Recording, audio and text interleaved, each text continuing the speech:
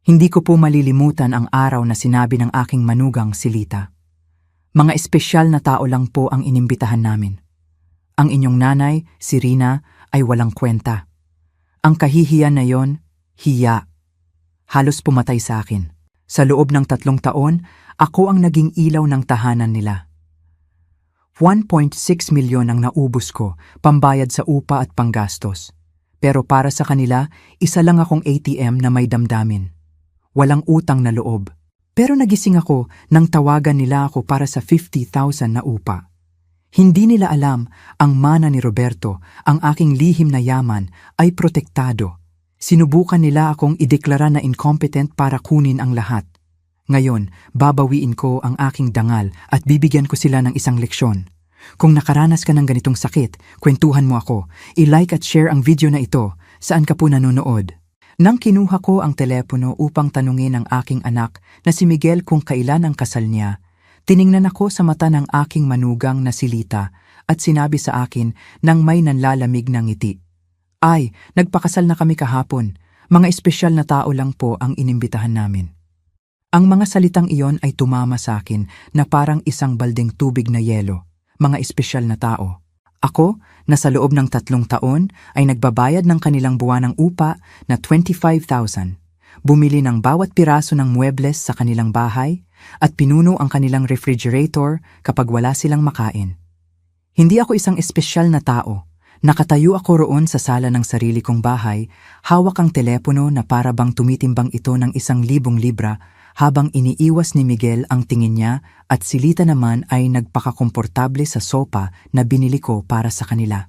Ang maputlang kulay rosas na damit na pinili ko para sa kasal niya ay nakabitin lang ng walang silbi sa aking aparador, kasama ang bago kong sapatos at ang ilusyon na magiging bahagi ako ng pinakamahalagang araw sa buhay ng kaisa-isa kong anak. Gumastos ako ng 10,000 para sa damit na yon. Iniisip kung gaano ako kaganda titingnan sa mga larawan sa kasal ni Miguel, mga larawan na hindi ko kailanman mapupuntahan. Sa loob ng ilang linggo, pinlano ko ang bawat detalye. Nagtabi ako ng pera para bigyan sila ng 50,000 bilang regalo sa kasal. Tinawagan ko ang aking kapatid na si Diwata sa Chicago para ibalita ang magandang balita. Nilinis ko ang aking bahay mula sa itaas hanggang sa ibaba. Iniisip na baka dumating sila upang magdiwang kasama ako pagkatapos ng seremonya. Lahat ng iyon ay gumuho sa 1 segundo sa 4 na salitang iyon na may lason. Mga espesyal na tao lang. Sa wakas ay tiningnan ako ni Miguel at sinabi sa boses na parang inensayo, "Ma, pribado lang po, napakaliit, kami lang 2 at ang mga saksi." Ngunit alam kong kasinungalingan iyon. Nakita ko ang mga larawan sa social media. Nakita ko ang mga magulang ni Lita na buong pagmamalaking nakapost sa tabi ng bagong kasal. Nakita ko ang kanyang mga kapatid na nagiinom ng champagne. Nakita ko ang puting damit ni Lita na tinulungan kong punduhan sa 40,000 na ibinigay ko sa kanya noong nakaraang buwan para sa kanyang personal na gastos. Nakita ko ang lahat nang hindi ko dapat makita. Pagkalipas ng 1 linggo, eksaktong 7 araw pagkatapos ng kahihiyang iyon, tumawag sa akin si Lita na may ganap na ibang boses. Hindi na siya ang kumpiyansang babae na nagbukod sa akin sa kanyang kasal. Ngayon, nagmamakaawa siya, halos desperada. "Rina," sabi niya, "lagpas na sa takdang araw ang upa. Pinipilit kami ng may-ari ng bahay at sinabing, kapag hindi namin binayaran ngayong linggo, palalayasin kami. Nakalimutan ninyo po bang i-transfer ang pera?" Medyo nanginginig ang boses niya na para bang magwawakas na ang mundo. Nanahimik ako ng ilang segundo. Inaalala ang lahat ng pagkakataong tumakbo ako sa bangko para gawin ang transfer. Lahat ng pagkakataong kinansela ko ang sarili kong mga plano para siguraduhin na may bubong sila sa kanilang ulo. Lahat ng pagkakataong kumain ako ng kanin at sardinas para lang mabigyan sila ng pera para sa kanilang mga luho. At ngayon, pagkatapos nila akong itaboy sa pinakamahalagang sandali ng kanilang buhay, may kapalit pa silang tumawag sa akin na parang walang nangyari. "Lita," sabi ko nang may kapayapaan na ikinagulat ko, "hindi ba't binalaan kita na mga espesyal na tao lang ang tinutulungan ko?" Napakalalim ng katahimikan sa kabilang linya, kaya narinig ko ang tibok ng sarili kong puso. Sa unang pagkakataon sa loob ng maraming taon, hindi ako ang nanginginig, kundi siya. Rina, hindi ko po maintindihan, utal niya. Espesyal kami sa inyo nun pa, para na po kayong pangalawang ina sa akin. Kasinungalingan. Lahat ay kasinungalingan. Nakabalot sa matamis na boses na ginagamit lang niya kapag may kailangan siya. Ang parehong boses na ginamit niya para humingi ng pera sa akin, para sa damit pangkasal, para sa honeymoon, para sa mga singsing, na tinulungan kong punduhan nang hindi ko alam na hindi ko kailanman makikita ang seremonya kung saan ipinagpalit ang mga iyon. Sa loob ng napakaraming taon, nararamdaman ko na para akong naglalakad sa eggshells, tinitimbang ang bawat salita, bawat kilos, bawat regalo, umaasang makakuha ng mumo ng pagmamahal mula sa sarili kong anak. Ako ang perpektong ina, ang mapagbigay na biyenan, ang tahimik na tagapagbigay na hindi kailanman nagprotesta kapag itinuring nila akong parang hindi nakikita. Ngunit ang parira lang iyon, mga espesyal na tao lang, ay nagising sa isang bagay sa loob ko na matagal nang natutulog. Kinukwenta ko sa aking isip kung magkano ang ginastos ko sa kanila sa loob ng 3 taong iyon. Sa pagitan ng upa, pagkain, regalo, emerhensya at kapritsyo, umabot iyon sa lampas P1 milyon. P1 milyon na kinuha ko sa aking pensyon, sa aking ipon, sa pera na iniwan ng aking yumaong asawa na si Roberto, upang mabuhay ako ng aking mga huling taon ng payapa. At para saan ang lahat ng iyon? Para ituring na parang estranghero sa araw ng kasal ng sarili kong anak. Nang gabing iyon, pagkatapos kong ibaba ang telepono, umupo ako sa aking kama at umiyak. Ngunit hindi iyon luha ng kalungkutan. Iyon ay luha ng galit, ng naipong pagkadismaya, ng mga taon ng tahimik na pagtitiis sa kahihiyan. Umiyak ako para sa lahat ng pagkakataong pinaramdam nila sa akin na ang pag-ibig ko ay isang pasanin, ang presensya ko ay isang sagabal, ang pera ko ang tanging bagay na mayroon ako para ialay. Umiyak ako para sa hangal na ina na ako, para sa babaeng nawala ang sarili, sinusubukang maging kailangan sa mga taong itinuring akong hindi kailangan. Nang magising ako kinabukasan, may nagbago sa loob ko. Hindi lang ito ang sakit ng pagtataksil. Ito ay isang bagay na mas malalim, mas malamig. Tumayo ako at tiningnan ang sarili ko sa salamin ng banyo. Ang parehong pagod na mga mata tulad ng dati, ang parehong mga kunot na nagsasabi ng mga kwento ng mga taon ng pagbibigay ng pag-ibig ng walang kapalit. Ngunit may iba pa sa aking tingin, isang tigas na hindi ko nakilala, isang determinasyon na nakabaon sa ilalim ng mga taon ng pagsunod. Nagpunta ako sa kusina at nagtimpla ng kape, tulad ng ginawa ko tuwing umaga sa loob ng 40 taon. Ngunit sa pagkakataong ito, hindi ko naisipang tawagan si Miguel para itanong kung paano siya natulog. Hindi ko tiningnan ang aking telepono sa pag-asa ng mensahe mula sa kanya na humihingi ng tawad para sa kahihiyan noong nakaraang araw. Sa unang pagkakataon sa loob ng mahabang panahon, ako ang sarili kong unang concern ng araw. Umupo ako sa mesa kung saan madalas akong nagplano ng mga sorpresa para sa kanila. Nagbilang ng mga bayarin para sa kanilang mga gastusin at tahimik na umiyak kapag tinatrato nila ako ng may kawalang interes. Ngayon, ang mesang ito ay magiging saksi sa isang bagay na ganap na kakaiba. Kinuha ko ang aking checkbook, ang aking mga bank statement at nagsimulang mag-compute. Gusto kong makita sa eksaktong numero ang lawak ng sarili kong kahangalan. Ang buwan ng upa na 25,000 na pinarami ng 36 na buwan ay 900,000. Ang pagkain at mga supply na tinatayang 10,000 sa isang buwan ay isa pang 360,000. Mga regalo sa kaarawan, Pasko, anibersaryo, hindi bababa sa 150,000. Mga medikal na emerhensya ni Lita, 40,000. Ang utang sa sasakyan na hindi nila kailanman binayaran sa akin, 125,000. Ang pag-aayos ng air conditioner sa kanilang apartment, 30,000. Ang mga muweble sa sala, 60,000. P1 server 665,000. Iyan ang eksaktong kabuuan ng aking pagkabukas palad. P1.6 milyon na sinayang ko mula sa mana ng aking asawa, mula sa aking pensyon, mula sa ipon na itabi ko sa barya-barya sa loob ng mga dekada ng tapat na pagtatrabaho. Lahat ng pera na iyon ay itinapon sa bintana para panatilihing komportable ang dalawang matanda na hindi man lang nagkunwari na igalang ako. Tumunog ang telepono at nakita ko ang pangalan ni Miguel sa screen. Karaniwan, titibok ang puso ko habang tumatakbo ako para sagutin. Umaasa na sa wakas ay hihingi siya ng tawad at ipapaliwanag na ang lahat ay isang pagkakamali. Ngunit sa pagkakataong ito hinayaan ko itong tumunog ng 1, 2, 3 beses. Sa wakas, tumahimik ito at nagpatuloy ako sa pag-inom ng kape na para bang walang nangyari. Pagkalipas ng 10 minuto, tumunog itong muli. Sa pagkakataong ito, silita na. Hinayaan ko rin itong tumunog. Pagkatapos, dumating ang isang text mula kay Miguel. "Ma, sagutin mo po, kailangan nating mag-usap." Binura ko ang mensahe nang hindi sumasagot. 2:00 ng hapon, nagpa siya akong maglakad. Hindi ko iyon nagawa sa loob ng ilang buwan nang walang tiyak na layunin, nang walang gawaing may kaugnayan sa kanila.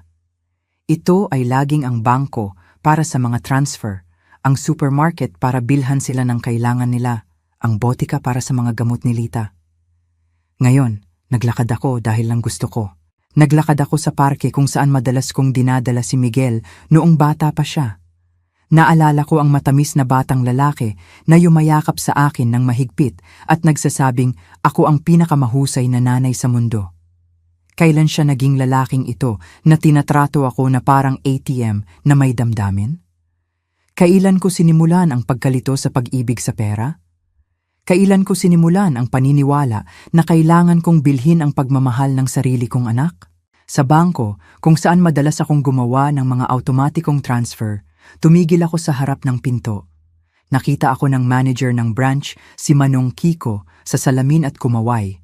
Kilala ko siya sa loob ng maraming taon. Pinoproseso niya ang bawat isa sa aking mga transfer, kina Miguel at Lita.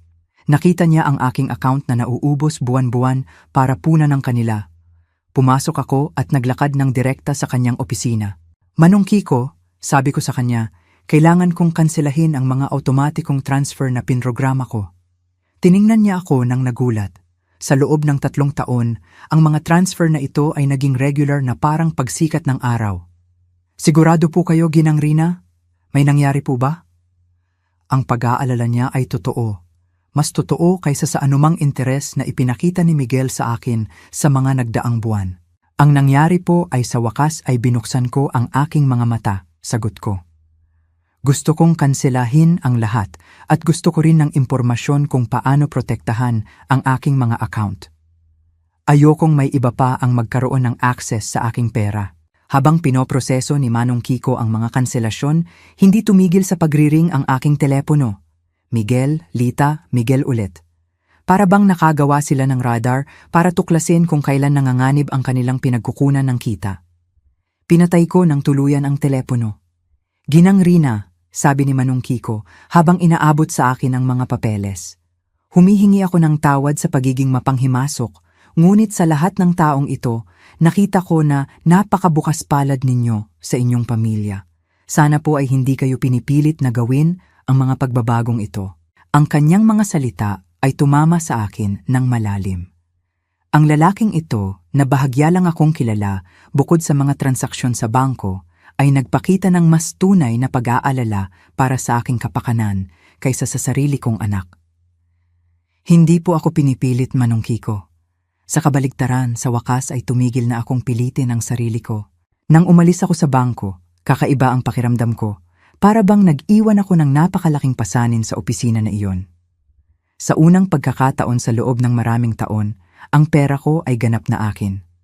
Wala akong obligasyon sa pananalapi sa mga taong nakikita ako bilang isang resource sa halip na isang tao. Umuwi ako at naisip ang lahat ng mga bagay na hindi ko ginawa para mapaluguran sina Miguel at Lita. Ang mga biyahe na hindi ko ginawa para makatipid ng pera para sa kanila. Ang mga kaibigan na hindi ko na nakita dahil laging available ako para sa kanilang mga emerhensya.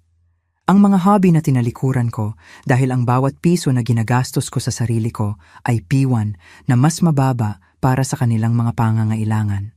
Nang makauwi ako, nakita ko ang 3 sasakyan na nakaparada sa harap ng aking pinto. Ang kay Miguel, ang kay Lita, at isang hindi ko kilala. Nakita ko ang kilos sa loob ng aking bahay sa pamamagitan ng mga bintana. Kinilabutan ako. May mga susi sila. Binigyan ko sila ng susi dahil nagtiwala ako sa kanila. Dahil inakala ko na balang araw ay aalagaan nila ako tulad ng pag-aalaga ko sa kanila. Bumuntong hininga ako ng malalim bago buksan ang pinto. Panahon na para sa unang tunay na komprontasyon ng bago kong buhay. Binuksan ko ang pinto ng aking bahay at nakita ang isang eksena na hindi ko malilimutan. Si Miguel ay nakaupo sa aking sopa na nakasubsob ang ulo sa kanyang mga kamay. Si Lita ay palingalinga na parang isang hayop sa kulungan at isang matandang lalaki na hindi ko kilala ang nagbabasa ng mga papeles sa aking hapagkainan. Aking mga papeles, aking mga personal na dokumento. Ano ang nangyayari dito? Tanong ko sa boses na mas malakas kaysa sa inaasahan ko. Tiningnan nila akong tatlo na parang ako ang intruder sa sarili kong bahay. Si Lita ang unang nagsalita at ang boses niya ay may desperadong pagmamadali na narinig ko na sa telepono. Rina, salamat at nandito po kayo. Kailangan nating mag-usap. Si Atamer Sison po ay galing sa law firm na kinonsulta namin tungkol sa sitwasyon ninyo. Sitwasyon ko? Lumabas ang tanong sa aking bibig nang may kapayapaan na ikinagulat ko. Anong sitwasyon? Ayos na ayos ako. Sa wakas ay inangat ni Miguel ang kanyang ulo at tiningnan ako ng mga mata na dating pag-aari ng isang inosenteng bata at ngayon ay nagpapakita na lang ng financial panic. Ma, nagpunta po kami sa bangko at sinabi sa amin na kinansela ninyo ang lahat ng transfer. Ipinaliwanag ni Manong Kiko na binlock ninyo rin ang access namin sa inyong mga account. Hindi po namin maintindihan kung bakit ninyo ginawa iyon. Si Atty. Sison, isang lalaki sa edad na 50 na nakasuot ng gray suit at may ngiti na hindi nagbigay ng tiwala, ay lumapit sa akin nang nakaunat ang kamay. Ginang Rina, ako po si Atty. Sison, isang abogado ng Batas Pampamilya. Nag-aalala po ang inyong mga anak sa inyong mental well-being at hiniling nila sa akin na tasahin ang sitwasyon. Hindi ko kinamayan ang kanyang kamay. Sa halip, nagpunta ako ng direkta sa aking hapagkainan at kinuha ang lahat ng aking mga dokumento na sinusuri niya nang walang pahintulot ko. Ito po ang aking mga pribadong papeles. Wala po kayong karapatang tingnan ang mga ito nang walang pahintulot ko. Ma, putol ni Miguel nang may mapagkonsinti na boses na pinakapinabuti niya sa mga nagdaang taon. Nag-aalala po kami para sa inyo. Napakakaiba po ng inyong pag-uugali nitong huli. Una, pinutol ninyo ang financial support sa amin nang walang paliwanag. Pagkatapos, hindi ninyo sinasagot ang aming mga tawag. Sa tingin namin, kailangan ninyo ng professional help. Lumapit si Lita at sinubukan niyang hawakan ang aking kamay nang may peking lambing na itinatabi niya para sa mga sandali na may kailangan siya. Rina, mahal, alam po naming sobrang stress kayo. Siguro po ay mas malala ang epekto ng kalungkutan sa inyo kaysa sa iniisip ninyo. Sa edad po ninyo, normal lang ang mga episode ng pagkalito. Ang salitang pagkalito ay umaling-awngaw sa aking ulo na parang isang alarm bell. Ngayon, naintindihan ko kung bakit nila dinala ang abogado. Hindi ito tungkol sa pagtulong sa akin. Ito ay tungkol sa pagdeklara sa akin na incompetent sa kaisipan at pagkuha ng kontrol sa aking pananalapi. Ang parehong babae na nagsabi sa akin na mga espesyal na tao lang ang inimbitahan nila sa kanilang kasal, ay tinatrato ako ngayon na parang isang ulyanin na matanda. Hindi po ako nalilito. Sabi ko nang may katatagan na nagpatahimik sa lahat. Mas malinaw ang pag-iisip ko ngayon kaysa sa loob ng maraming taon at aalis na kayo sa bahay ko ngayon din. Si Ate Sison ay namagitan ng may propesyonal na boses na ginagamit ng mga abogado kapag gusto nilang maging makatwiran. Ginang Rina, naiintindihan ko na nalulula kayo, ngunit may karapatan po ang inyong mga anak na mamagitan kung naniniwala silang apektado ang kakayahan ninyong gumawa ng mga desisyon sa pananalapi. Mayroon silang documented na ilang nakakabahalang pag-uugali. Nakakabahalang pag-uugali. Ang tawa na lumabas sa aking lalamunan ay parang ungol, halos malupit. Tulad ng ano?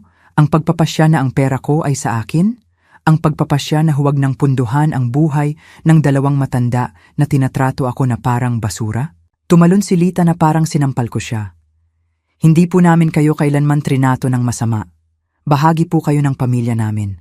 Ang lahat ng mayroon kayo ay magiging amin pa rin balang araw. Pinapabilis lang po namin ang proseso. Nariyan ang hubad, walang varnish na katotohanan. Ang lahat ng mayroon ako ay magiging kanila balang araw. Sa isip nila, patay na ako at kinokolekta lang nila ang kanilang mana ng maaga. Hindi mahalaga kung may 70 taon pa ako o 70 araw na natitira. Para sa kanila, ako ay isang ATM lang na may mga binti na nagiging problema. Umalis, sabi ko, itinuturo ang pinto. Umalis kayong tatlo sa bahay ko. Tumayo si Miguel ng may galit na mukha na parang bata na ginagawa niya kapag hindi niya nakukuha ang gusto niya. Ma, hindi po kami basta-basta aalis. May mga obligasyon po kami. Ang upa, ang bayad sa sasakyan, ang credit card na sinamahan ninyo. Hindi po ninyo kami pwedeng putulin ng biglaan. Hindi ko kaya? Tumataas ang boses ko sa unang pagkakataon sa buong pag-uusap. Sino ang nagsasabing hindi ko kaya? Sa loob ng maraming taon, nagbayad ako ng upa na wala man lang sa pangalan ko.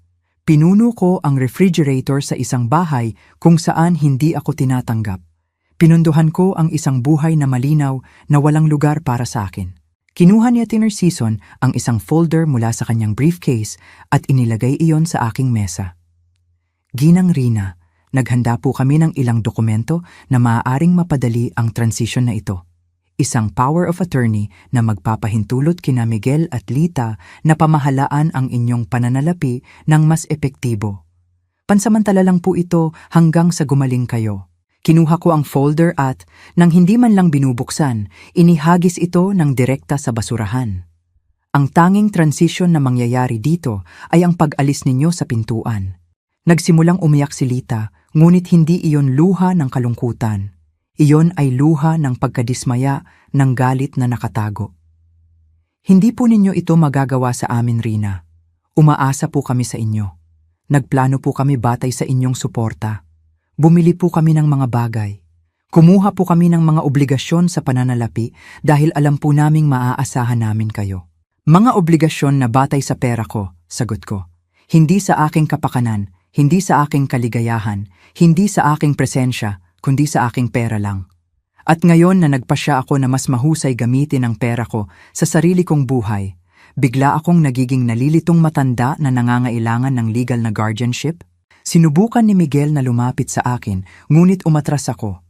Hindi na siya ang batang tumatakbo sa aking mga bisig kapag nananaginip siya ng masama.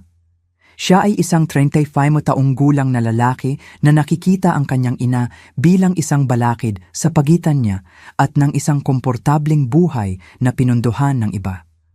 Ma, nagkamali po kami, sabi niya sa boses na dapat ay nagsisisi. Ang kasal ay isang misunderstanding. Kinakabahan lang po si Lita. Nasa ilalim po ako ng pressure. Maayos po natin ito kung magiging makatwiran lang po ulit kayo. Makatwiran? Ang salitang iyon ay mapait sa aking bibig. Ang pagiging makatwiran ay nangangahulugang ipagpapatuloy ang pagbabayad para sa inyong buhay habang tinatrato ninyo ako na parang estranghero. Nangangahulugang magkunwari na hindi masakit ang maibukod sa pinakamahalagang araw sa buhay ng kaisa-isa kong anak. Inimpake ni Ate Narcison ang kanyang mga papeles nang may kahusayan ng isang taong sanay na tinatanggihan ang mga panukala. Ginang Rina, hindi pa po ito tapos. May legal po na opsyon ng inyong pamilya kung gumagawa po talaga kayo ng mga hindi makatwirang desisyon dahil sa mga problema sa kalusugan ng kaisipan. Maaaring magpasya ang isang hukom na kailangan ninyo ng guardianship. Ang kanyang mga salita ay parang suntok. Napagtanto ko na hindi lang ito isang mapanlinlang na pagbisita ng pamilya. Ito ay isang tunay na legal na banta. Gusto nila akong ideklara na incompetent para pamahalaan ang sarili kong mga gawain. Ate Narcison, sabi ko, tinitingnan siya ng direkta sa mata. Iminumungkahi ko po na magsaliksik kayo ng lubusan bago ninyo bantaan ang isang 70 taong gulang na babae na namahala ng kanyang pananalapi ng walang error sa loob ng 40 taon, na nagpalaki ng kanyang anak ng mag-isa pagkatapos ng kamatayan ng kanyang asawa, na nagpatakbo ng isang sambahayan at nagtrabaho ng marangal hanggang sa magretiro, At hanggang noong nakaraang linggo ay sinusuportahan sa pananalapi ang dalawang ganap na may kakayahang matanda. Tumigil si Lita sa pag-iyak at tiningnan ako nang may kalamigan na sa wakas ay nagpakita ng tunay niyang mukha. Hindi po ito mananatiling ganito, Rina. Mayroon din po kaming mga karapatan at mga abogado. Perpekto, sagot ko. Kumuha kayo ng lahat ng abogado na gusto ninyo. Gamit ang sarili ninyong pera, syempre, dahil ang akin ay hindi na available para punduhan ang inyong mga legal tantrums. Lumabas silang tatlo patungo sa pinto nang may nasaktang dignidad ng mga taong hindi sanay na sinasabihan ng hindi. Bago siya lumabas, lumingon sa akin si Miguel sa huling pagkakataon. Ma, matatapos po ito ng napakasama para sa inyo. Mag-iisa po kayo nang walang mag-aalaga sa inyo kapag kailangan ninyo talaga. Miguel, sabi ko nang may malalim na kalungkutan, ngunit may kristal na kalinawan din. Nag-iisa na ako. Ang pagkakaiba lang ay ngayon, ito ay sarili kong pinili, hindi dahil sa inyong kapabayaan. Nang isara ko ang pinto sa likod nila, tumayo ako sa aking sala, napapalibutan ng pinakamagandang katahimikan na narinig ko sa loob ng maraming taon. Ito ang katahimikan ng kalayaan. Nang gabing iyon, hindi ako makatulog, ngunit hindi dahil sa kalungkutan o pagsisisi, kundi dahil sa adrenaline sa pagbawi ng kontrol sa sarili kong buhay. Nakahiga ako nang gising sa kama, nagpaplano ng aking mga susunod na hakbang na parang isang general na naghahanda para sa isang labanan. Kung gusto ni na Miguel at Lita na lumaban, bibigyan ko sila ng digmaan. Ngunit ito ay magiging isang digmaan na lalabanan ko ng may katalinuhan, hindi ng may emosyon. 6:00 ng umaga, nakasuot na ako at handa nang umalis. Ang una kong stop ay ang opisina ni Attorney Ramon Weber, isang lalaki na nakilala ko noong ilang taon na ang nakalipas nang inaasikaso ko ang testamento ng aking asawa. Hindi tulad ni Attorney Sison Fisher, na dinala ni na Miguel at Lita, si Attorney Ramon ay may perpektong reputasyon at nag-espesyalista sa pagprotekta sa mga karapatan ng mga nakatatanda. Ginang Rina, sabi niya habang ipinapaliwanag ko ang sitwasyon, ang sinubukan ng inyong mga anak kahapon ay mas karaniwan kaysa sa iniisip ninyo. Ito ay tinatawag na elder financial abuse, pang-aabuso sa pinansyal ng nakatatanda, at isa itong krimen. Ang katotohanan na pumasok sila sa inyong bahay nang walang pahintulot at sinuri ang inyong mga pribadong dokumento ay bumubuo rin ng isang paglabag. Ang kanyang mga salita ay parehong nagpakalma at nag-alala sa akin. Nagpakalma sila dahil kinumpirma nila na hindi ako baliw, na ang nangyari ay tunay na mapang-abuso. Nag-alala sila dahil napagtanto ko na ang sitwasyon ay mas seryoso kaysa sa naisip ko. Kailangan nating document ang lahat, patuloy ni Attorney Ramon. Ang bawat transfer, bawat regalo, bawat pagkakataon na pinilit nila kayo para sa pera. Babaguhin din namin ang inyong testamento para protektahan ang inyong mga asset mula sa mga pagtatangka sa manipulasyon sa hinaharap. Gumugol kami ng 3 oras sa pagsusuri ng aking mga record sa pananalapi. Sumipol si Attorney Ramon nang makita niya ang kabuuang halaga, 1.16 milyon sa loob ng 3 taon. Ginang Rina, sa perang ito, maaari sana kayong mamuhay ng komportable, maglakbay at mag-enjoy sa inyong pagre-retiro. Sa halip, lubusan ninyong pinunduhan ang buhay ng 2 matanda na hindi man lang kayo ginagalang ng sapat para imbitahan sa kanilang kasal. Nang umalis ako sa opisina ni Attorney Ramon, mayroon akong kumpletong plano. Una, papalitan ko ang lahat ng lock sa aking bahay. Pangalawa, mag-i-install ako ng security system na may mga kamera para protektahan ang sarili ko mula sa mga biglaang pagbisita sa hinaharap. Pangatlo, magbubukas ako ng bagong bank account sa ibang bangko kung saan wala silang kontak. At pang-apat, sisimulan ko ang pamumuhay ng buhay na ipinagpaliban ko sa loob ng maraming taon. Ang susunod kong stop ay ang hardware store. Kilala ko ng may-ari, si Manong Ben, sa loob ng maraming taon dahil laging bumibili ako ng mga bagay para ayusin ang apartment ni na Miguel at Lita. Iba ang pagkakataong ito. Ginang Rina, anong sadya ninyo ngayon? Isa na namang emerhensya sa inyong anak? Tanong niya nang may pamilyaridad ng isang taong tahimik na nakasaksi sa aking nasayang na pagkabukas palad. Hindi, Manong Ben. Sa pagkakataong ito, para sa sarili kong bahay, kailangan kong palitan ang lahat ng lock at gusto ko ang pinakamahusay na kalidad. Tiningnan niya ako ng nagulat, ngunit hindi nagtanong.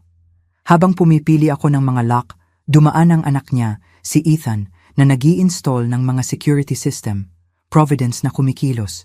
Ethan, sabi ko sa kanya, kailangan ko ring mag-install ng mga surveillance camera, ang kumpletong system. Hindi issue ang presyo. Magsalita ka, sabi ko ng tuyo. Makinig po kayo, naiintindihan ko na galit po kayo tungkol sa kasal. Nagkamali po kami. Nag-usap na po kami ni Miguel at gusto po naming bumawi sa inyo. Kumusta po kung magkaroon tayo ng espesyal na hapunan para ipagdiwang ang kasal namin kasama kayo? Pwede po nating gawin sa bahay ninyo. Magluto ng magkasama tulad ng dati. Ang manipulation sa kanyang mga salita ay napakalinaw kaya halos matawa ako. Lita, magkano eksakto ang utang ninyo sa upa? Kinumpirma ng katahimikan sa kabilang linya na tinamaan ko ang isang ugat. 2 buwan po, 150,000 lahat. Pero hindi lang po iyon ang dahilan ng tawag ko, Rina. Sobrang namimiss po namin kayo sa buhay namin. Namimiss mo ako o ang pera ko? Tanong ko ng direkta. Pareho po, sagot niya ng may nakakagulat na katapatan. Rina, hindi po ako magsisinungaling sa inyo. Opo, kailangan namin ang tulong ninyo sa pananalapi pero mahal din po namin kayo. Mahalaga po kayo sa amin. Kung napakahalaga ko, sabi ko, bakit hindi ako naging mahalaga para mapunta sa kasal mo? Bakit hindi ako naging mahalaga para makatanggap ng tawag na hindi humihingi ng pera? Kailan ang huling pagkakataon na tinawagan mo ako para lang tanungin kung kumusta ako? Isa pang katahimikan. Alam naming dalawa ang sagot, kailanman. Lita, ipapaliwanag ko lang ito sa iyo ng isang beses. Sa loob ng 3 taon, tinrato mo ako na parang isang ATM na may damdamin. Ginamit mo ako, binaliwala mo ako, hiniya mo ako. At sa wakas, ininsulto mo ako sa pinakamasamang paraan na posible. Ngayon na nauubos na ang pera, bigla mong natuklasan na mahal mo ako. Rina, pakiusap. Pinutol ko siya. Walang pakiusap, ginawa mo ang pinili mo nang magpasya ka na hindi ako espesyal para mapunta sa kasal mo. Ngayon, ginagawa ko ang sa akin. Nag-hang up ako at pinatay ng tuluyan ang telepono. Ayoko na ng anumang interruption sa araw ng aking kalayaan. Nang hapong iyon, nagpunta ako sa beauty salon na hindi ko napuntahan sa loob ng mahigit 1 taon. Lagi kong kinakansela ang aking mga appointment dahil may kailangan sina Miguel o Lita ng urgent o dahil ang pera na inilaan ko para sa sarili ko ay naging emerhensya para sa kanila. Ginang Rina, tawag ng paborito kong hairstylist, si Cynthia. Anong sorpresa? Akala ko po ay nakalimutan na ninyo kami. Hindi kita nakalimutan, Cynthia.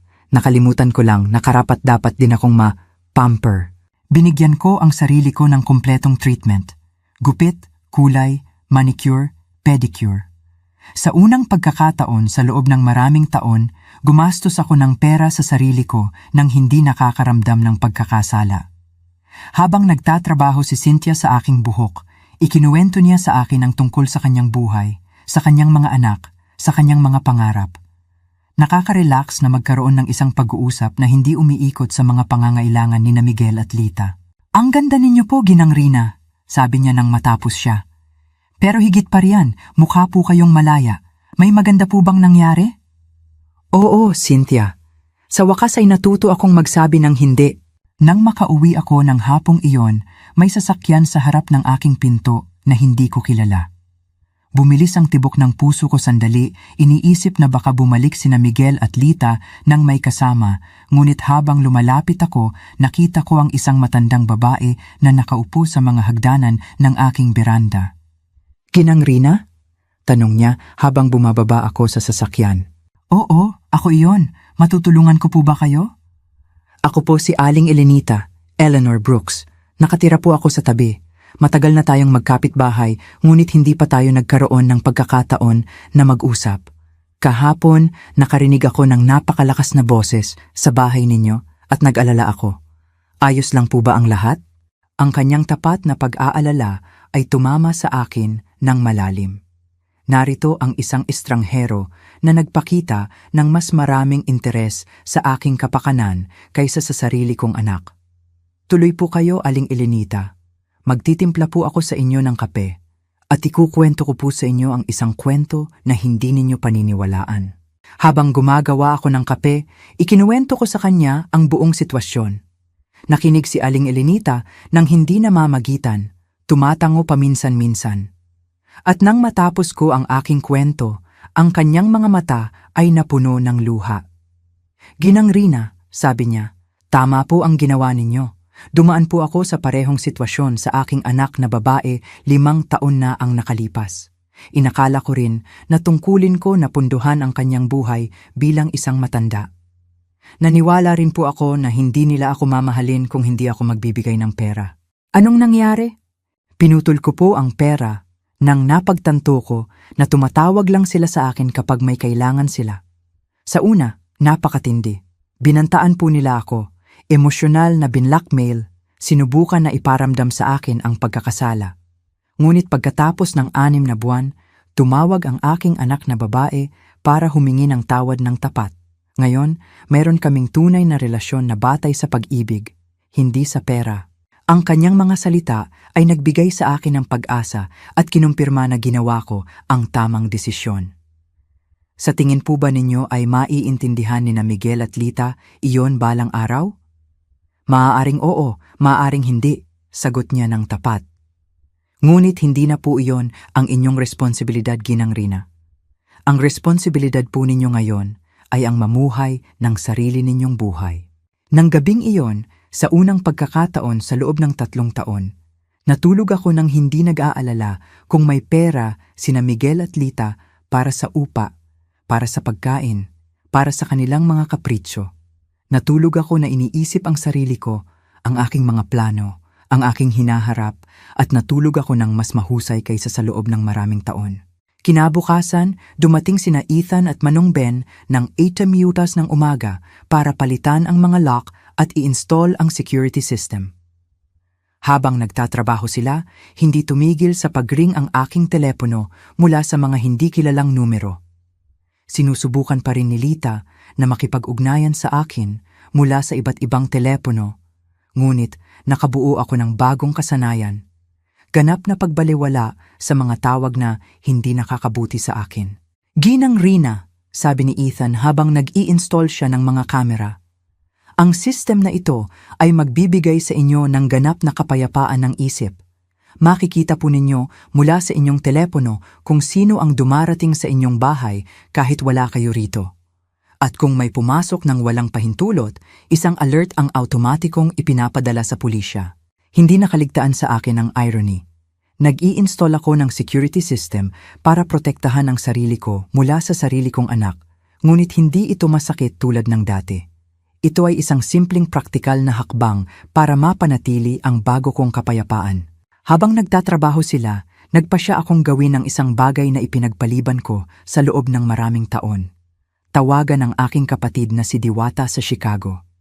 Nawalan kami ng kontak dahil sa tuwing nag-uusap kami, ikinukwento ko sa kanya ang tungkol sa mga tagumpay ni na Miguel at Lita, tungkol sa kung gaano kalaking pera ang ginastos ko sa kanila, tungkol sa kung gaano ako ka-proud na matulungan sila.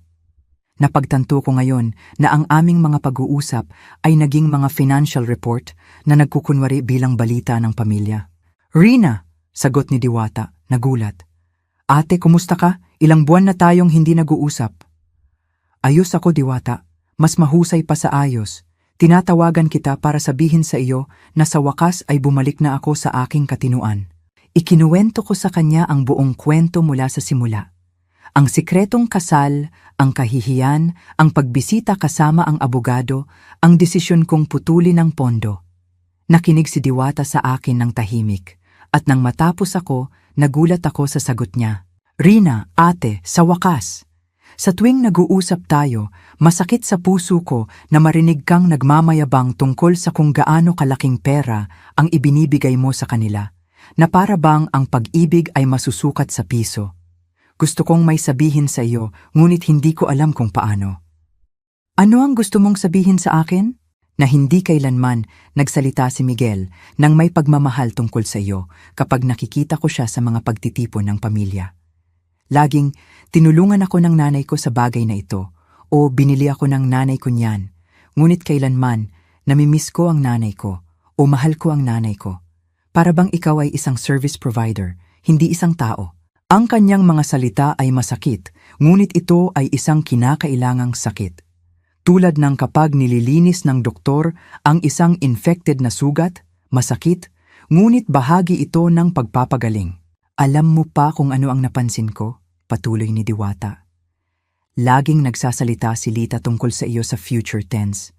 Kapag wala na si Rina, pwede nating i-remodel ang bahay niya o kapag nagmana tayo, mamumuhunan tayo sa negosyo. Para bang hinihintay ka nilang mamatay para lang mabuhay talaga. Ang revelasyong ito ay tumama sa akin na parang isang baldeng tubig na yelo. Hindi lang nila ako nakita bilang isang ATM. Nakita nila ako bilang isang pansamantalang balakid sa pagitan nila at ng kanilang pera. Habang sinusubukan kong pasayahin sila, pinaplano nila ang kanilang hinaharap nang wala ako. Pagkatapos makipag-usap kay Diwata, umupo ako sa aking kusina. Pinoproseso ang lahat ng impormasyong ito. Mga tao ng kasal sa isang lalaki na tunay na nagmahal sa akin, 35 taon ng pagpapalaki ng aking anak nang mag-isa pagkatapos ng kamatayan ng aking asawa at 3 taon ng pagpupondo sa 2 matanda na nakita ako bilang isang balakid na nagkakahalaga ng 5 milyon, halos 100,000. Tumunog ang doorbell at sa bagong mga kamera nakita ko si Aling Elenita na may mug sa kanyang mga kamay. Binuksan ko ang pinto at inabot niya sa akin ang isang bagong timplang kape. Naisip ko na baka kailangan mo ng kasama pagkatapos ng lahat ng sinabi mo sa akin kahapon. Sabi niya nang may tapat ng ngiti na natutunan ko ng pahalagahan. Umupo kami sa aking sala at ikinuwento pa ni Aling Elenita ang mga detalye mula sa sarili niyang karanasan.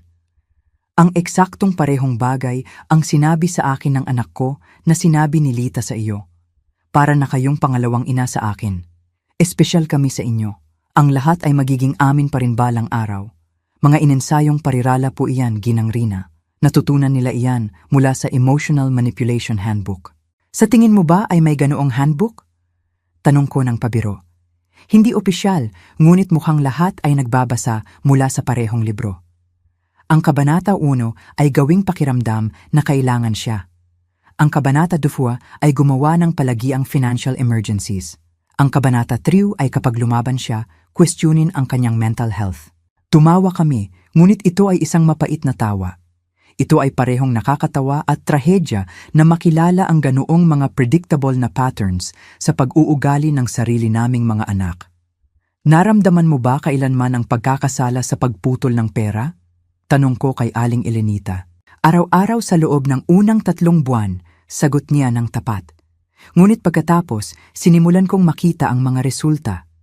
Kailangang kumuha ng pangalawang trabaho ang anak ko. Ang asawa niya ay tumigil sa paglalaro ng golf tuwing weekend at nagsimulang maghanap ng dagdag na trabaho. Natuto silang mamuhay ayon sa kanilang kakayahan. At ang mas mahalaga, natuto sila na ako ay isang tao, hindi isang resource. Nang hapong iyon, nagpasya kong gawin ang isang bagay na ipinagpaliban ko sa loob ng maraming taon. Bisitahin ang puntod ng aking asawa. Lagi akong naghahanap ng dahilan para hindi pumunta dahil may kailangan sina Miguel o Lita ng urgent o dahil ang taxi fare ay mas mahusay na mamuhunan sa isa sa kanilang mga emerhensya. Tahimik at maganda ang sementeryo. Mukhang medyo napabayaan ang puntod ni Roberto dahil ilang buwan na akong hindi nakakapunta para linisin ito. Umupo ako sa damuhan sa tabi ng kanyang lapida at kinausap siya na para bang buhay siya. Roberto, mahal ko, sa tingin ko ay nawala ako sandali. Pagkatapos mong umalis, ibinigay ko ang lahat ng aking enerhiya kay Miguel. Gusto kong maging pinakamahusay na ina sa mundo, iniisip na sa paanuman ay lalaki siya ng walang ama. Ngunit sa tingin ko, sa proseso nakalimutan kong maging sarili ko. Ang hangin ay humihip ng mahinahon at sandali kong naramdaman na nakikinig siya sa akin. Ang anak natin ay naging isang taong hindi ko nakikilala. O baka ganito na siya noon pa at ayoko lang makita. Ang asawa niya, alam mo na kung paano siya. Ang pera na iniwan mo para mamuhay ako ng payapa, Ginastos ko sa pag-aalaga sa kanila. Pero hindi na, mahal ko, natuto ako. Nilinis ko ang kanyang puntod, pinalitan ang mga tuyong bulaklak ng mga bago, at nanatili roon sa loob ng isa pang oras, nag-e-enjoy lang sa kapayapaan. Sa unang pagkakataon sa loob ng maraming taon, hindi ako nagmamadali na umuwi para lutasin ang isang krisis para kina Miguel at Lita. Nang makauwi ako, may 3 sasakyan na nakaparada sa harap ng aking pinto ulit. Bumilis ang tibok ng puso ko, ngunit sa pagkakataong ito, handa ako. Ipinakita sa akin ng mga kamera na sina Miguel, Lita, at 2 pang tao na hindi ko kilala. Mukhang balisa ang lahat, nag-uusap at itinuturo ang aking bahay. Hindi ako bumaba sa sasakyan. Sa halip, tinawagan ko si Attorney Ramon, ang aking abogado. Attorney Ramon, nandito po sila sa bahay ko ulit. Sa pagkakataong ito, nagdala sila ng mas maraming tao. Ano po ang dapat kong gawin? Huwag po kayong bumaba sa sasakyan, Ginang Rina. Darating po ako kaagad at tatawagin ko po ang pulisya. Pagkatapos ng ating pag-uusap kahapon, humiling po ako ng pansamantalang restraining order. Hindi po sila pinapayagang pumunta sa inyong ari-arian. Pagkalipas ng ilang minuto, dumating si Attorney Ramon at 2 sasakyan ng pulisya. Pinanood ko ang mga pulis na nakikipag-usap kina Miguel at Lita. Nakita ko ang aking anak na galit na nagkikilos. Nakita ko si Lita na umiiyak ulit, ngunit sa pagkakataong ito, hindi ako naantig sa kanyang mga luha. Lumapit sa aking sasakyan ang isa sa mga pulis. Ma'am, maaari na po kayong lumabas ng ligtas. Aalis na po kaagad ang inyong mga bisita. Habang bumababa ako sa sasakyan, sumigaw sa akin si Miguel mula sa kalye. Ma, kalokohan po ito. Pamilya ninyo po kami. Hindi po ninyo pwedeng tawagin ang pulisya sa sarili ninyong anak. Miguel, sagot ko ng may kapayapaan na ikinagulat ko. Hindi nagbabanta ng lawsuit para sa mental incompetence ang pamilya. Hindi pumapasok ng walang pahintulot sa bahay ng iba ang pamilya. Hindi tinatrato ang kanilang mga ina na parang ATM ang pamilya. Sumigaw si Lita mula sa kabilang kalye. Babayaran po ninyo kami ng lahat ng utang ninyo sa amin. Mayroon kaming mga bayarin na sinamahan ninyo. Hindi po ninyo kami pwedeng iwanan ng ganito. Namagitan si Attorney Ramon. Ginang Rina, ang anumang komunikasyon sa hinaharap ay dapat sa pamamagitan ng aking opisina at iminumungkahi ko na kumonsulta kayo sa isang abogado bago gumawa ng mga banta sa koleksyon dahil ang aking client ay may kumpletong dokumentasyon ng lahat ng mga pagbabayad na kusang loob niyang ginawa sa loob ng 3 taon. Pinanood ko silang umalis sa kanilang mga sasakyan, talunan, ngunit hindi sumusuko. Alam kong hindi pa ito tapos, ngunit sa unang pagkakataon sa sitwasyong ito, nakaramdam ako ng kumpiyansa. Mayroon akong professional help, mayroon akong emotional support mula kay Aling Elenita. At ang mas mahalaga, mayroon akong kalinawan ng kaisipan tungkol sa kung ano ang tama at kung ano ang mali. Nang gabing iyon, inimbitahan ako ni Aling Elenita sa kanyang bahay para sa hapunan. Nakilala ko ang kanyang anak na bumibisita at nakita ko ng sarili kong mga mata kung ano ang hitsura ng isang malusog na relasyon ng pamilya. Nag-usap sila ng may paggalang sa isa't isa. Nagtanong ng tapat tungkol sa buhay ng isa't isa at nagtawanan ng magkasama. Hindi humingi ng pera ang anak na babae kahit isang beses sa buong gabi. Gusto ko rin iyon kay Miguel, pag-amin ko kay Aling Elenita pagkatapos umalis ng kanyang anak. At baka makuha mo yon balang araw, sagot niya. Ngunit una, kailangan niyang matuto na ikaw ay isang tao na karapat-dapat sa paggalang, hindi lang isang pinagkukunan ng kita. Sa unang pagkakataon sa loob ng ilang linggo, natulog ako na umaasa tungkol sa hinaharap. Ang mga sumunod na araw ay kakaibang mapayapa. Ipinakita sa akin ng mga surveillance camera na ilang beses sa isang araw na dumadaan sina Miguel at Lita sa aking bahay, minsan mabagal, minsan nagpaparking sila ng ilang minuto, ngunit hindi bumababa. Para bang sinusuri nila ang aking routine, naghahanap ng perpektong sandali para sa kanilang susunod na hakbang. Pinayuhan ako ni Attorney Ramon na document ang bawat isa sa mga pagbisitang ito. Kaya nagtago ako ng detalyadong talaan na may petsa at oras. Ang kanilang pagiging persistent ay gagana sa ating pabor, sabi niya. Sa tuwing magpapakita sila pagkatapos nating sabihan na huwag lumapit, pinapalakas nito ang ating case para sa isang permanenteng restraining order. Noong Biyernes ng umaga, kalmado akong nag-aalmusal nang tumunog ang doorbell. Ipinakita sa akin ng mga kamera ang isang napakagandang bihis na batang babae na may folder sa kanyang mga kamay at isang propesyonal na ngiti. Hindi ko siya nakilala, ngunit may isang bagay sa kanyang tindig ang nagsabi sa akin na hindi ito isang social visit. "Magandang umaga, Ginang Rina," sabi niya habang binubuksan ko ang pinto. "Ako po ay isang social investigator mula sa Office of Senior Services. Nakatanggap po kami ng ulat na maaari kayong nasa isang at-risk situation at kailangan po naming magsagawa ng wellness check." Kinilabutan ako. Tinaasan ni Miguel at Lita ang sitwasyon. Hindi na lang ito mga banta mula sa mga pribadong abogado. Ngayon, isinama na nila ang gobyerno. "Maaari ko po bang makita ang inyong ID?" Tanong ko, sinusubukang manatiling kalmado. Siyempre, ipinakita niya sa akin ang isang opisyal na ID na mukhang tunay. "Ako po si Social Worker Ginang Cruz, Schmidt. Maaari po ba akong pumasok at makipag-usap sa inyo?" Pinapasok ko siya. Alam na ang pagtanggi ay magiging mas masama para sa aking case. Umupo si Ginang Cruz sa aking sala at kinuha ang isang form mula sa kanyang folder. "Ginang Rina, nakatanggap po kami ng mga ulat na nagpakita kayo ng malaking pagbabago sa inyong pag-uugali sa pananalapi, na pinutol ninyo ang komunikasyon sa inyong pamilya at nagpakita kayo ng mga palatandaan ng paranoia sa pamamagitan ng pag-install ng mga hindi kinakailangang security system.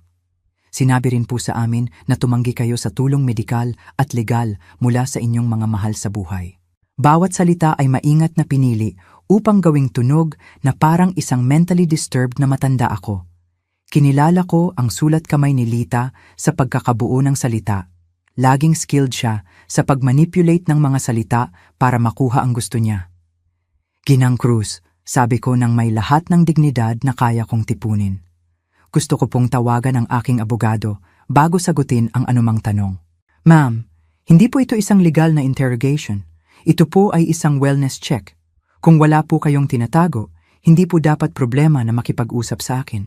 Ang parira lang, kung wala po kayong tinatago ay nagpagalit sa akin. Ito ang parehong lohika na ginagamit ng mga nang-aabuso para bigyang katwiran ang kanilang mga panghihimasok. Kung inosente ka, hindi ka dapat magreklamo tungkol sa paglabag sa iyong privacy. Ginang, tinatawagan ko po ang aking abogado. Pwede po kayong maghintay dito o bumalik sa ibang araw. Ngunit hindi ako sasagot sa anumang tanong nang walang legal representation." Tinawagan ko si Attorney Ramon at naroon siya sa loob ng 20 minuto. Nang pumasok siya at makita ang social worker, tumigas ang kanyang ekspresyon. "Ginang Cruz," sabi niya pagkatapos tingnan ang kanyang ID. "Sana po ay mayroon kayong court order para maging nandito dahil ang aking client ay nasa ilalim ng aking legal na representation at ang anumang unauthorized investigation ay bumubuo ng harassment." "Sir," sagot ni Ginang Cruz nang may mas kaunting kumpiyansa kaysa dati. "Mayroon po kaming mga ulat mula sa nag-aalalang mga miyembro ng pamilya tungkol sa well-being ng ginang. Tungkulin po naming mag-imbestiga." "Anong pamilya?" tanong ni Attorney Ramon ng tuyo. "Ang parehong pamilya na sumubok na papirmahin siya ng isang power of attorney nang walang representasyon? Ang parehong pamilya na pumasok sa kanyang bahay nang walang pahintulot at sinuri ang kanyang mga pribadong dokumento? Ang parehong pamilya na nagbukod sa kanya mula sa mga mahahalagang kaganapan habang nabubuhay sa kanyang pera?" Kumuha si Attorney Ramon ng isang folder mula sa kanyang briefcase at inilagay iyon sa mesa. "Narito po ako ng kumpletong documentation ng financial at emotional abuse ng aking client. 1.6 milyon na inalis mula sa kanyang mga account sa loob ng 3 taon. Systematic social exclusion at emotional blackmail. Kung may kailangang imbestigahan dito, hindi po ang aking client." Sinuri ni Ginang Cruz ang mga dokumento nang may lumalaking pagkadismaya. Malinaw na ang impormasyon na ibinigay sa kanya ay hindi tumutugma sa realidad na nasa harap niya. "Ginang Rina," sabi niya sa wakas, "maaari po ba ninyong ipaliwanag sa akin kung bakit biglaan ninyong tinigil ang financial support para sa inyong anak? Dahil sa wakas, ay natuklasan ko na ginagamit lang nila ako. Sagot ko ng simple. Dahil napagtanto ko na para sa kanila hindi ako isang ina, kundi isang bank account. Dahil napagod na ako sa pagpopondo sa buhay ng mga taong nakita ako bilang isang balakid. Ngunit hindi po ba ninyo nararamdaman na responsibilidad ninyo ang tumulong sa inyong pamilya? Nagalit ako sa tanong. Ginang Cruz, ang responsibilidad ko bilang isang ina ay ang palakihin ang aking anak hanggang sa maging 18 siya, turuan siya at bigyan siya ng mga tool para maging isang independent na matanda. Ang anak ko ay 35 taong gulang, kasal at ganap na may kakayahang suportahan ang sarili. Ang pagpopondo sa kanyang buhay bilang isang matanda ay hindi ko responsibilidad. Ito ay aking pinili at pinili kong huwag nang gawin iyon. Namagitan si Atimer Ramon. Ginang Cruz, ituturing po ba ninyong normal para sa isang 35 taong gulang na matanda na hindi kayang bayaran ang sarili niyang upa nang walang tulong ng kanyang 21 taong gulang na ina? Hindi kaagad sumagot si Ginang Cruz. Nakita ko na sinusuri niyang muli ang buong sitwasyon. Ginang Rina, tanong niya pagkatapos ng isang sandali. Ganap po ba ninyong pinamamahalaan ang inyong sariling pananalapi? Maaari ko po kayong ipakita ang aking mga bank statement, ang aking mga investment, ang aking mga bayad sa buwis. Lahat ay current at in order. Nabubuhay po ba kayo ng independent? Tulad ng makikita ninyo, pinapanatili kong malinis ang aking bahay. Nag-aalaga ako sa sarili ko sa pisikal. Nagmamaneho ako ng sarili kong sasakyan. Mayroon akong malusog na social relationship sa aking mga kapitbahay. Umiinom po ba kayo ng anumang gamot? Mga bitamina lang at paminsan-minsan ay aspirin. Wala akong anumang medical condition na nangangailangan ng gamot. Idinagdag ni Atay Ramon, ang aking client ay sumailalim lang sa malawak na medical exams bilang bahagi ng aming legal na proseso. Siya ay nasa perpektong mental at physical condition. Isinara ni Ginang Cruz ang kanyang folder. Ginang Rina, batay sa pag-uusap na ito at sa documentation na sinuri ko, wala po akong nakikitang indikasyon na kayo ay nasa panganib o nangangailangan ng interbensyon. Isasara ko po ang case na ito. Pagkatapos niyang umalis, nanatili kaming tahimik ni Atay Ramon sa loob ng ilang minuto. Rina, sabi niya sa wakas, magpapatuloy po ito sa pag-akyat. Gumagastos sina Miguel at Lita ng pera na wala sila para kumuha ng mga professional para subukang ideklara kayong incompetent. Ibig sabihin ba niyan ay desperado na sila? Eksakto. Ano pa ang pwede nilang gawin? Maaari silang magsampa ng lawsuit para sa incompetence. Mahal ito at mahirap manalo. Ngunit kung makakita sila ng isang sympathetic judge at isang psychiatrist na handang tumistigo pabor sa kanila, maaari silang mabigyan ng guardian. Ang pag-iisip na iyon ay nagpatigil sa akin. Maaari nilang kontrolin ang aking pera. Maaari nilang subukan, ngunit mayroon tayong matibay na ebidensya na kayo ay ganap na competent at sila ay motivated ng kasakiman at hindi ng tunay na pag-aalala. Lalabanan po natin ito. Nang hapong iyon, tinawagan ko si Diwata para maglabas ng sama ng loob. Ate, sabi niya pagkatapos marinig ang aking kwento, napansin mo ba kung gaano kalayo ang handa nilang puntahan para sa pera? Isinasapalaran nila ang mga relasyon sa pamilya, gumagastos ng pera sa mga abogado at doktor, sinisira ang sarili nilang reputasyon, lahat para lang magkaroon ng access sa iyong bank account ulit. Ang kanyang mga salita ay nagpaisip sa akin. Ganap na ipinakita ni Miguel at Lita ang kanilang tunay na kalikasan. Wala nang balikan. Walang posibilidad ng tunay na pagkakasundo. Para sa kanila, hindi ako kailanman naging ina o isang iginagalang na biyenan. Ako ay laging pera lang na may mga binti. Ang revelasyong ito, bagamat masakit, ay nakapagpalaya rin. Hindi ko na kailangang magtaka kung tama ang ginagawa kong desisyon. Hindi ko na kailangang makonsensya sa pagprotekta sa sarili ko. Pinatunayan nila sa kanilang sarili na ang aking emotional at physical well-being ay hindi gaanong mahalaga sa kanila kaysa sa aking pera. Nang gabing iyon, nagpunta si Aling Elenita para bumisita ng may sorpresa. Inimbitahan niya ang kanyang mga kaibigan mula sa garden club para makilala ako. Rina, ipinakilala niya ako. Ito po ang aking mga kaibigan, si Cynthia, nakilala mo na mula sa salon, si Maria, si Carmen, at si Alfreda. Lahat po kami ay dumaan sa mga parehong sitwasyon sa mga mapang-abusong miyembro ng pamilya. Ginugol namin ang gabi sa pagbabahagi ng mga kwento. Kinailangan ni Maria na magtakda ng mga hangganan sa isang kapatid na patuloy na humihingi sa kanya ng pera. Pinutol ni Carmen ang kanyang relasyon sa isang anak na bumibisita lang kapag kailangan niya ng pera. Kinailangan ni Alfreda na baguhin ang kanyang testamento pagkatapos niyang malaman na itinuturing ng kanyang mga apo na ang kanyang pera ay ang kanilang retirement plan. Ang pinakamasakit sa akin, pag-amin ko, ay hindi ang pagkawala ng pera na ibinigay ko sa kanila, kundi ang pagkatanto na hindi ko kailanman naranasan ang pag-ibig na akala ko ay mayroon ako. Rina, sabi ni Alfreda nang may karunungan ng kanyang 80 taon, ang tunay na pag-ibig ay hindi mabibili o maipagbibili. Kung kailangan mong bayaran iyon, hindi iyon kailanman totoo. Ang kanyang mga salita ay parang bomba para sa aking sugatang kaluluwa. Tama siya. Bumili ako ng atensyon, hindi pag-ibig. Pinunduhan ko ang isang ilusyon. Alam ninyo kung ano ang natuklasan ko, sabi ko sa aking mga bagong kaibigan, na ang kalungkutan na napapalibutan ng mga taong hindi nagmamahal sa iyo ay mas masahol pa kaysa sa pagiging nag-iisa. Hindi bababa sa ngayon, kapag ako ay nag-iisa, ako ay nasa mabuting kumpanya. Tumawa ang lahat at nag-toast kami sa aming bagong nahanap na karunungan. Nang gabing iyon, pagkatapos umalis ng aking mga bagong kaibigan, umupo ako sa aking hardin, nag-iisip. Ang mga bituin ay sumikat ng mas maliwanag kaysa dati o baka nakikita ko sila ng mas malinaw ang mga mata. Sa unang pagkakataon sa aking buhay bilang isang matanda, ako ay ganap na nag-iisa sa pananalapi. Wala akong pagdepende, walang obligasyon sa pananalapi sa sinuman kundi sa sarili ko.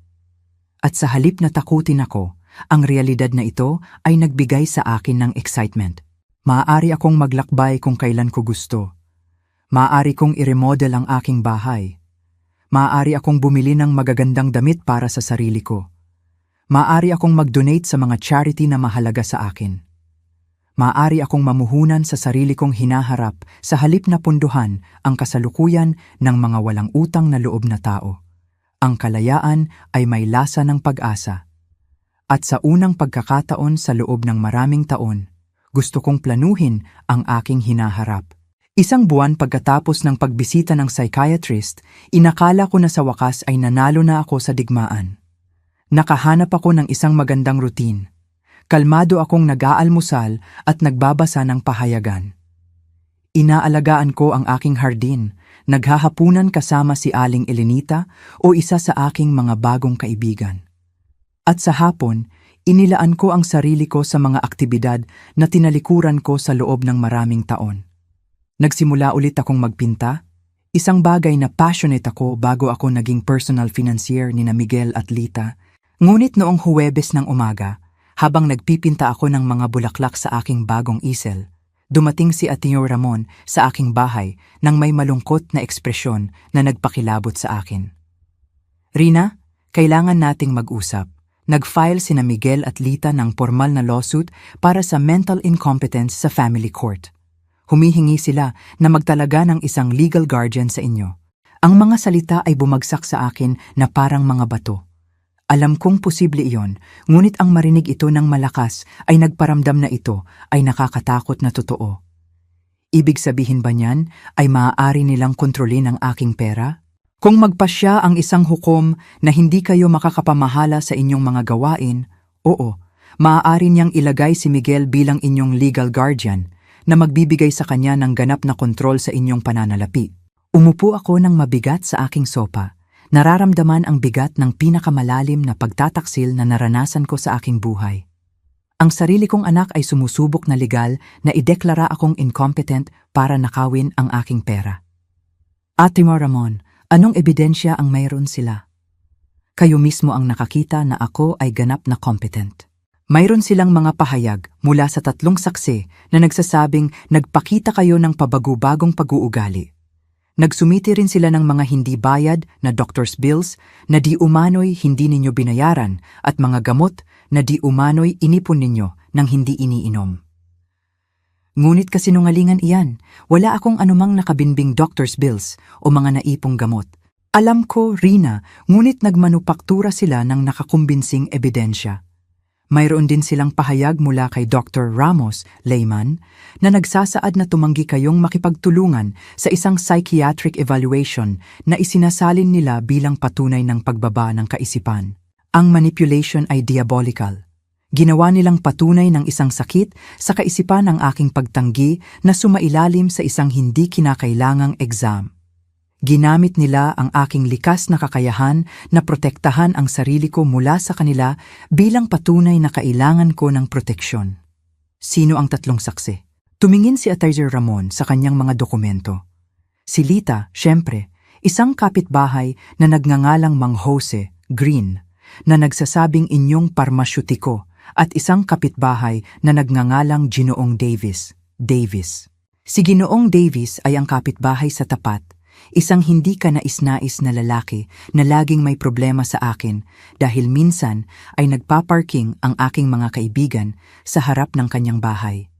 Si Mang Jose, Green, ay ang aking parmasyutiko, ngunit hindi ko maintindihan kung ano ang maaari niyang mayroon laban sa akin. Kailangan kong kausapin si Mang Jose, sabi ko kay Attorney Ramon. May hindi tama. Nagpunta kami sa parmasya ng magkasama ng hapong iyon. Nagulat at kinakabahan akong tinanggap ni Mang Jose. Ginang Rina, magandang makita kayo. Kumusta kayo, Mang Jose?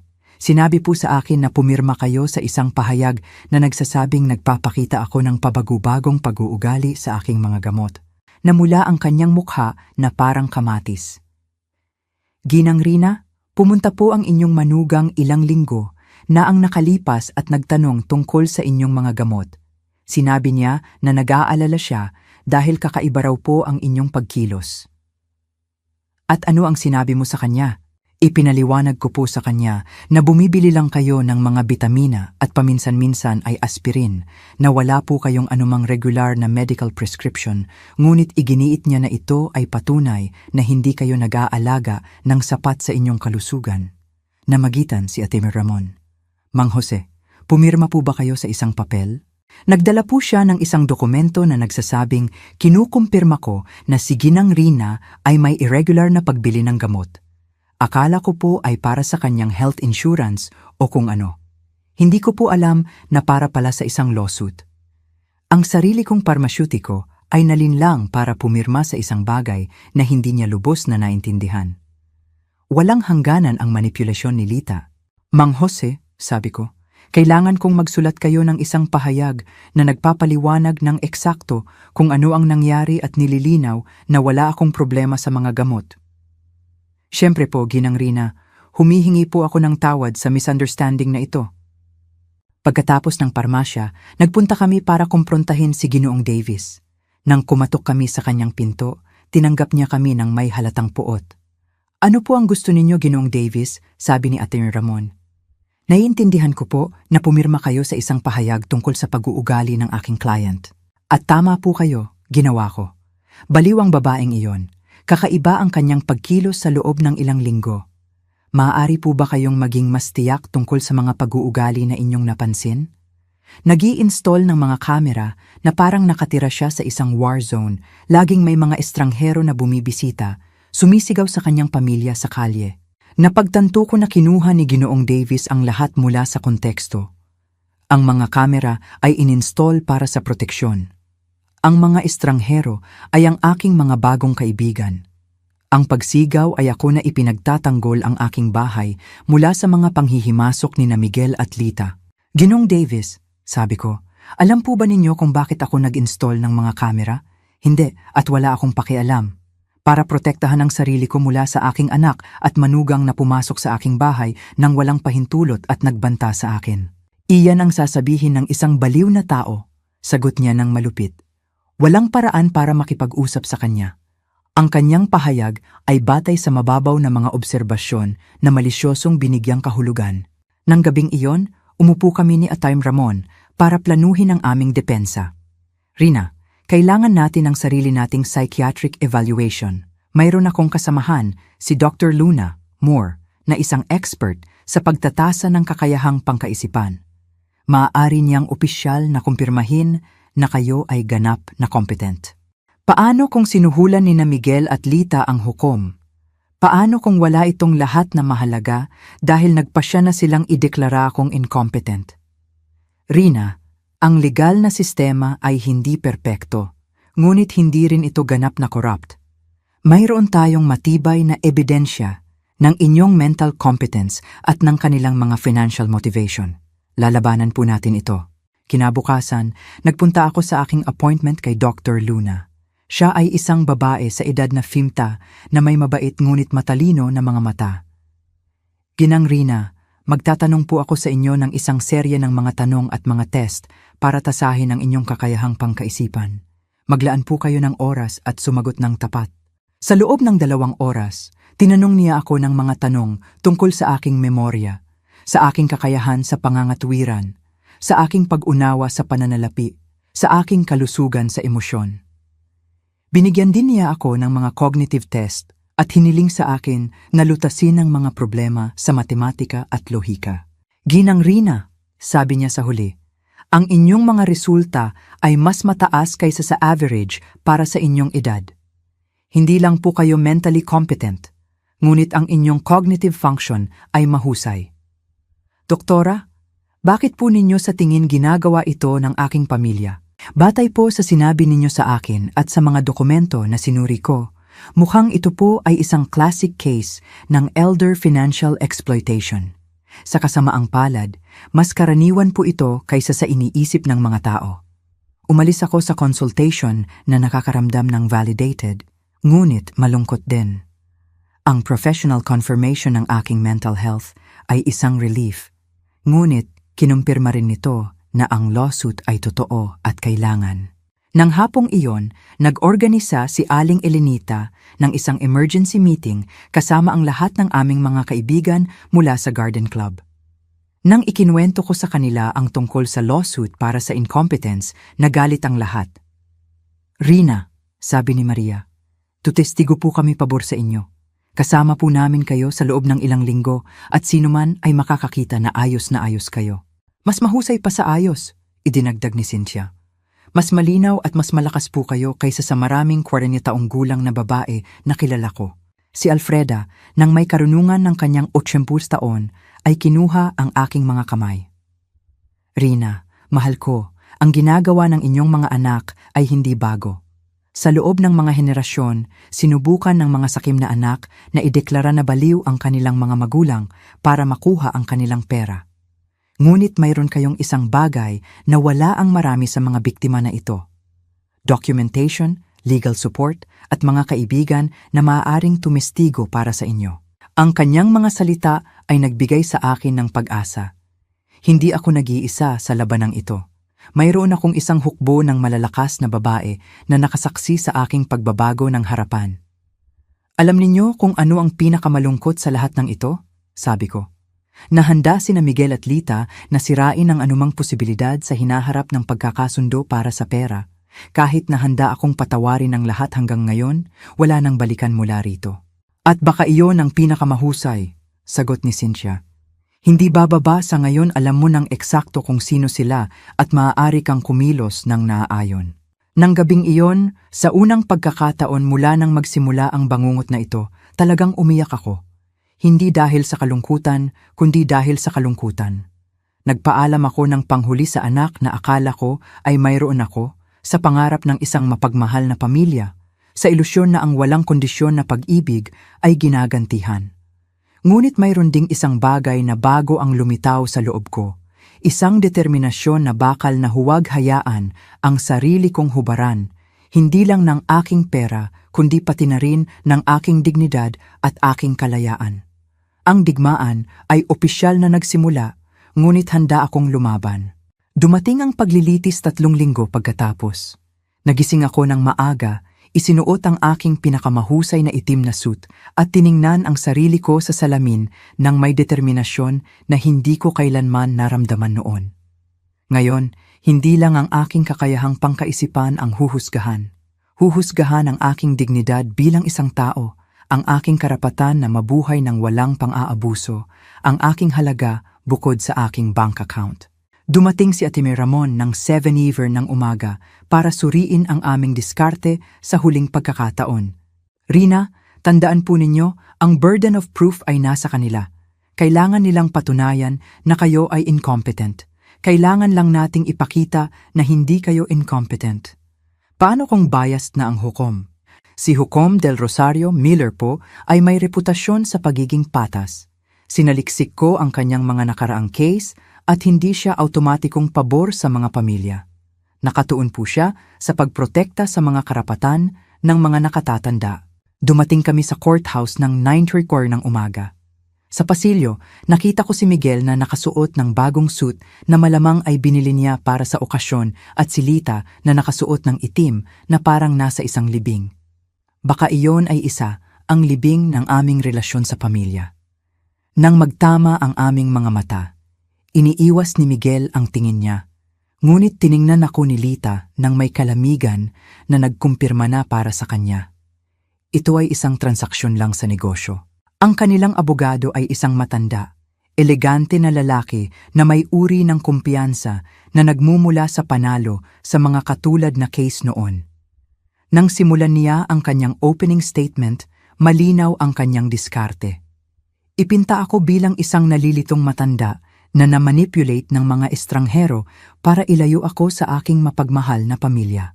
Ang inyong kamahalan, sabi niya sa isang solemne na boses, si Ginang Rina ay nagpakita ng malinaw na pagbaba ng kaisipan sa mga nagdaang buwan.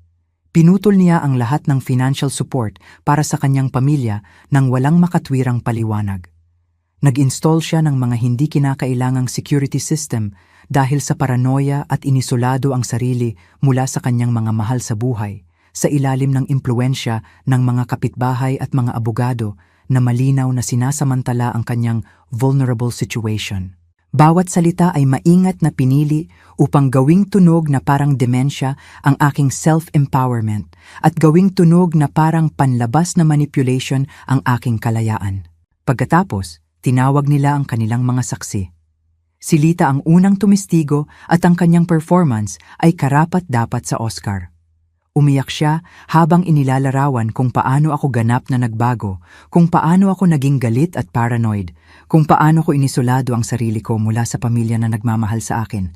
Ang inyong kamahalan, sabi niya sa isang nanginginig na boses.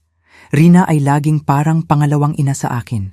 Ang makita ang kanyang pagbaba ng kaisipan ay nakakasira ng loob. Gusto lang po namin siyang tulungan na makuha ang pangangalaga na kailangan niya. Kasinungalingan na nakabalot sa nakakumbinsing luha. Nang i-cross-examine siya ni Ate Ramon, nagsimulang maging nakikita ang mga bitak sa kanyang kwento. Ginang Lita, maaari po ba ninyong sabihin sa court kung kailan ang huling pagkakataon na tinawagan ninyo ang aking client nang hindi humihingi ng pera? Nauutal si Lita. Well, lagi po kaming nag-uusap tungkol sa maraming bagay. Maaari po ba ninyong bigyan ako ng isang tiyak na petsa? Hindi ko po matandaan ang eksaktong mga petsa. Totoo po ba na kayo at ang inyong asawa ay nagpakasal nang hindi inimbitahan ang aking client? Napakaliit lang po ng seremonya. Totoo po ba na nang magtanong ang aking client tungkol sa kasal, sinabi ninyo sa kanya na mga espesyal na tao lang ang inimbitahan ninyo? Namula ang mukha ni Lita. Ang mga salitang iyon ay kinuha sa konteksto. Ano po ang tamang konteksto para sabihin sa inyong biyenan na hindi siya isang espesyal na tao? Hindi siya makasagot ng nakakumbinsi. Si Miguel ang sumunod. Ang makita siya sa witness stand, nanunumpa na sasabihin ang katotohanan habang naghahanda siyang magsinungaling tungkol sa aking mental health ay isa sa pinakamasakit na sandali ng aking buhay. Ito ang batang pinalaki ko ng mag-isa, ang isa na inilaan ko ang buong buhay ko. Ang nanay ko po ay laging napakabukas palad sa amin, tumistigo siya. Ngunit nitong huli, naging pabago-bago at hindi makatwiran siya. Naniniwala po kami na namanipulate siya ng mga taong sinasamantala siya. Nang i-cross-examine siya ni Ate Ramon, ganap na nahulog ang mask. Ginoong Miguel, Magkano pong pera ang natanggap ninyo mula sa inyong ina sa loob ng huling 3 taon? Hindi ko po alam ang eksaktong halaga. Ang 1.6 million po ba ay tama? Baka po laging generous lang siya. At ilang beses po ninyo binisita ang inyong ina nang hindi humihingi sa kanya ng pera? Ang katahimikan ay nakakabingi. Totoo po ba na kayo at ang inyong asawa ay pumasok sa bahay ng aking client nang walang pahintulot at sinuri ang kanyang mga pribadong dokumento? Nag-alala po kami para sa kanya. Totoo po ba na nagdala kayo ng isang abogado para pilitin siya na pumirma sa isang power of attorney? Gusto po namin siyang tulungan na pamahalaan ang kanyang pananalapi. Kayo po sa edad na 35 ay nangangailangan ng tulong ng inyong 71 na taong gulang na ina para bayaran ang inyong upa? Hindi nakasagot si Miguel ng may dignidad. Tumestigo si Ginoong Davis tungkol sa aking di umano'y pabagubagong pag-uugali, ngunit nang humingi si Atimer Ramon sa kanya ng mga detalye, umamin siya na hindi niya ako kailanman kinausap ng direkta at ang lahat ng kanyang impormasyon ay batay sa mababaw na mga obserbasyon. Tumestigo si Dr. Ramos na ang aking pagtanggi na sumailalim sa isang evaluation ay patunay ng pagbaba ng kaisipan. Ngunit isinumite ni Attorney Ramon ang documentation ng aming evaluation kay Dr. Luna na ganap na nagpabulaan sa kanyang mga konklusyon. Pagkatapos, kami na ang turn. Unang tinawag ni Attorney Ramon si Mang Jose, ang aking parmasyutiko na nagpaliwanag kung paano siya nalinlang para pumirma sa isang pahayag na nagbaluktot sa aking mga gawi sa pagbili ng gamot. Tumestigo si Dr. Luna tungkol sa aking mahusay na kalagayan sa kaisipan at ipinakita ang mga resulta ng mga cognitive test na walang error. Tumestigo si Manong Ben mula sa hardware store tungkol sa aking mental competence at ipinaliwanag na ang aking mga desisyon na kanselahin ang mga automatikong transfer ay ganap na makatwiran at na proseso ng tama. Tumestigo si Aling Elenita at ang aking mga kaibigan mula sa Garden Club tungkol sa aking kalinawan, sa aking bagong sigla, at sa aking kakayahan na mapanatili ang malusog na social relationship. Sa wakas, ako na ang turn na tumestigo. Tumayo ako ng may dignidad at naglakad patungo sa witness stand. Nararamdaman ang bigat ng 71 taon ng karanasan, ng karunungan na nakuha sa pamamagitan ng sakit, ng lakas na natuklasan sa kahirapan. Ginabayan ako ni Attorney Ramon sa aking testimonya, hinahayaan akong ikwento ang buong kwento ko, ang 1.6 milyon na ginastos sa loob ng 3 taon. Ang kahihiyan ng maibukod sa kasal, ang patuloy na emotional manipulation, ang paglabag sa aking privacy, ang mga legal na banta. Ginang Rina, sa wakas ay tanong ni Attorney Ramon, bakit po ninyo nagpasya na itigil ang financial support para sa inyong anak at manugang? Dahil sa wakas ay naintindihan ko na ang nakukuha ko mula sa kanila ay hindi pag-ibig. Sagot ko sa isang malinaw, malakas na boses. Ito ay isang commercial transaction na nagkukunwari bilang isang relasyon sa pamilya. Ang pera ko ay tinatanggap, ngunit ako bilang isang tao ay hindi. Nagsisisi po ba kayo sa inyong desisyon? Nagsisisi lang po ako na napakatagal bago ko iyon ginawa. Sinubukan ng abogado ni Miguel na ipakita akong nalilito sa kanyang cross-examination, ngunit sinagot ko ang bawat isa sa kanyang mga tanong ng may kalinawan at katumpakan. Nang sinubukan niyang ipahiwatig na manipulate ako ng aking mga bagong kaibigan, ipinaliwanag ko sa kanya na sa unang pagkakataon sa loob ng maraming taon, mayroon akong mga relasyon na batay sa paggalang sa isa't isa at hindi sa interes sa pananalapi. Sa kanyang closing argument, iginiit ng abogado ni Miguel na ako ay isang biktima ng panlabas na manipulation. Ang rebuttal ni Attorney Ramon ay mapangwasak. Ang inyong kamahalan, ang nakita po namin dito ay hindi ang case ng isang incompetent na matanda, kundi ang isang babae na sa wakas ay nakahanap ng lakas para palayain ang sarili mula sa mga taon ng financial at emotional abuse. Ang mga plaintiff po ay walang ipinakitang tunay na medikal na ebidensya ng mental incompetence. Ang ipinakita po nila ay pagkadismaya dahil nagpasya ang kanilang pinagkukunan ng kita na gamitin ang kanyang legal at moral na karapatan na protektahan ang kanyang sariling mga resource Umatras si Hukom del Rosario upang maglibot sa loob ng 2 oras na parang 2 taon. Nang bumalik siya, seryoso ngunit malinaw ang kanyang ekspresyon. Pagkatapos suriin ang lahat ng ebidensya na ipinakita, sinimulan niya. Malinaw po sa court na si Ginang Rina ay ganap na nasa kanyang mga mental faculties. Kinukumpirma ng mga professional psychiatric evaluation ang kanyang cognitive competence. Ang kanyang mga desisyon sa pananalapi, gaano man kasakit ang mga ito para sa kanyang pamilya, ay ganap na makatwiran at nasa kanyang mga karapatan. Nagsimulang bumilis ang tibok ng puso ko. Bukod pa rito, patuloy ng hukom, ipinapahiwatig ng ebidensya na ang lawsuit na ito ay motivated ng interes sa pananalapi sa halip na ng tunay na pag-aalala para sa well-being ni Ginang Rina. Ganap na tinatanggihan ng court ang kahilingan para sa guardianship. Nanalo ako. Hindi lang ako nanalo sa lawsuit, kundi pati na rin sa aking kalayaan, sa aking dignidad, sa aking karapatan, na mamuhay ng walang pang-aabuso mula sa mga taong di umano'y nagmamahal sa akin. Nang umalis kami sa courthouse, nakita ko sina Miguel at Lita na galit na nakikipag-usap sa kanilang abogado. Binigyan ako ni Lita ng tingin ng purong galit bago siya umalis. Tiningnan ako ni Miguel sa huling pagkakataon at sa isang segundo, nakita ko ang isang bagay na maaaring pagsisisi, ngunit huli na ang lahat. Nang gabing iyon, nag-organisa si Aling Elenita ng isang selebrasyon sa aking bahay, kasama ang lahat ng aming mga kaibigan.